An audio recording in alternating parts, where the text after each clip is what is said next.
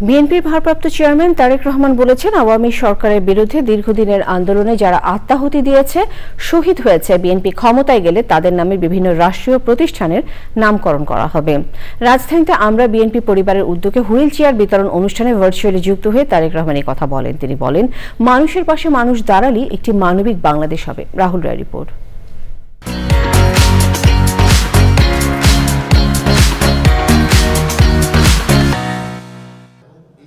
July August আন্দোলনে শহীদ পরিবার ও আহতদের পাশে দাঁড়াচ্ছে আমরা বিএনপি পরিবার।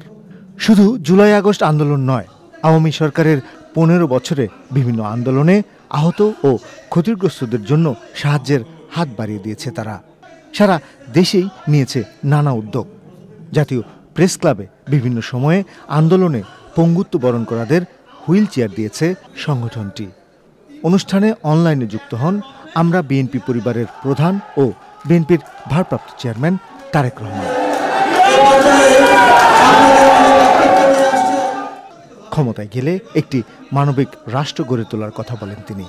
ভবিষ্যতে ইনশাআল্লাহ জনগণের সমর্থন নিয়ে বিএনপি সরকার গঠনে সক্ষম হলে যারা শহীদ হয়েছেন সারা দেশে, স্বৈরাচারকে বিদায় করার জন্য যারা নিজের জীবন উৎসর্গ করেছেন, এরকম প্রতিটি মানুষের নামে বিভিন্ন এলাকায় রাষ্ট্রের যে প্রতিষ্ঠানগুলো তৈরি হবে, এই মানুষগুলো যাতে হারিয়ে না যায়, তাদের নাম যাতে হারিয়ে না যায়, সেজন্য রাষ্ট্রীয় যে সকল প্রতিষ্ঠান বিভিন্ন এলাকায় নামে সেই প্রতিষ্ঠানগুলো নামকরণ করার একটি প্রস্তাবনা আমাদের রয়েছে, ইচ্ছা আমাদের রয়েছে।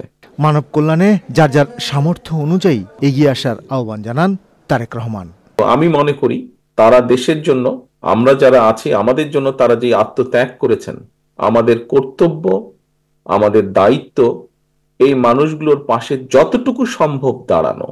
আমরা সকলে যদি সকলের সহযোগিতায় এগিয়ে আসি, আমি দৃঢ়ভাবে বিশ্বাস করি আজ না হলেও কাল, কাল না হলেও পরশু আমরা যেরকম একটি বাংলাদেশ নিজেদের মনে কল্পনা করি, সেই বাংলাদেশের সূচনা আমরা দেখতে সক্ষম হব বলে আমি বিশ্বাস করি।